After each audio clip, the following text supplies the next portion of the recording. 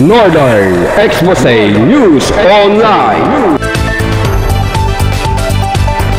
Kinilala ng Northern Exposé News Team ang isang kilalang doktor sa bayan ng Mabini, Pangasinan at tiyak na mamamangha ka sa revelasyon tungkol sa kanyang pagkatao. Siya si Dr. Maribeth Reynoso o mas kilala sa tawag na Doc Aga na ngayon ay papasukin niya ang mundo ng politika. Kilala ang ating sarili sa ating mga kababayan. Good afternoon po. Ako po si Doc Aga Reynoso. Isa po akong transgender man. Ako po ay isang general practitioner na 28 taon na pong nagsiservisyo bilang isang pribadong doktor dito po sa sinilangan kong bayan ng Mabini, Pangasinan.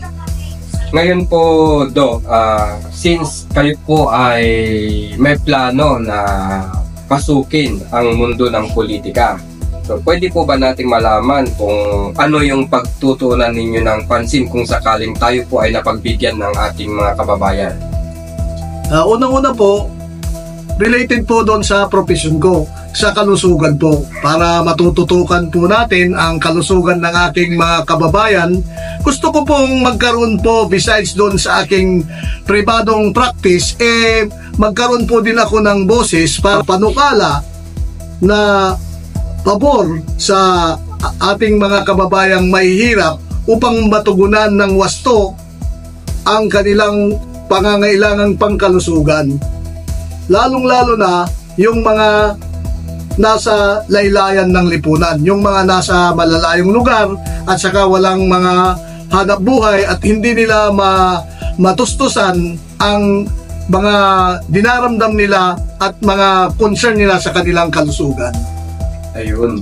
So, ngayon po, bilang future leader ng ating bayan, at saka marami pong personalities like magkakaiba po, gaya ng sabi nyo po ay kayo po ay transgender. So pwede po ba tayong makapagbigay ng message of enlightenment para sa mga transgender and member ng LGBTQ at ganoon din sa mga medyo takot na natatakot na ilabas ang kanilang pagkatao, which is napipil naman po nila na it's either trans sila or LGBTQ sila?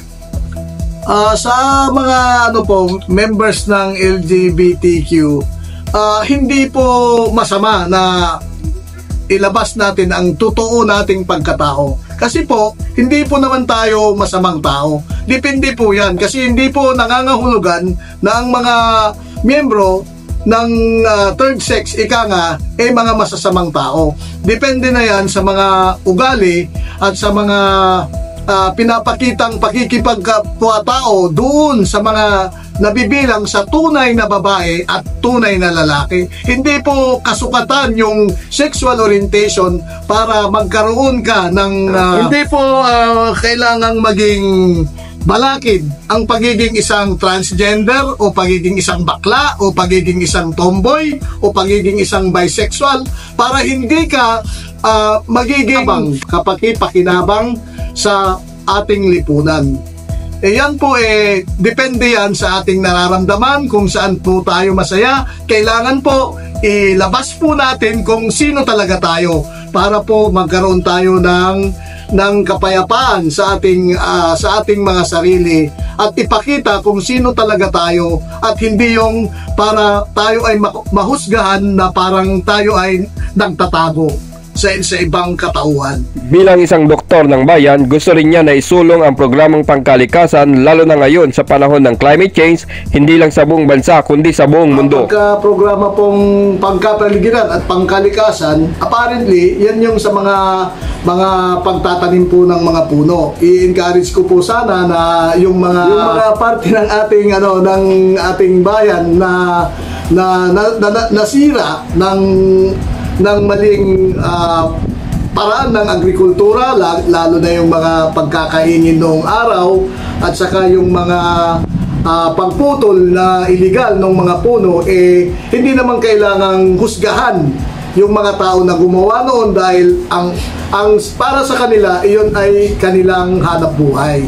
Pero sa ngayon, ang pwede natin gawin palitan na lang yung yung mga nawawalang puno para sa yan. Kung papayag yung DNR, makikipag-collaborate sana yung aking opisina kung papalarin ako para maitaguyod ang panibagong pagtatanim o ang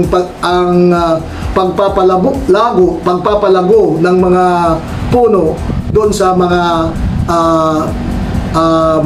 kabundukan na walang mga tanim na pwede ring panggalingan ng ating mga flash flood ganyan dahil doon sa erosion. Hangad niya ang tapat at may paninindigan na serbisyo. In the true sense of altruism, gusto kong mapagsilbihan ang aking bayan at ang aking mga kababayan. Kaya ang sabi ko, hindi ito para sa akin. Ito'y hindi rin para sa inyo lang. Itong pagtakbo ko, para sa ating lahat. Kaya tayo. It is an inclusive endeavor.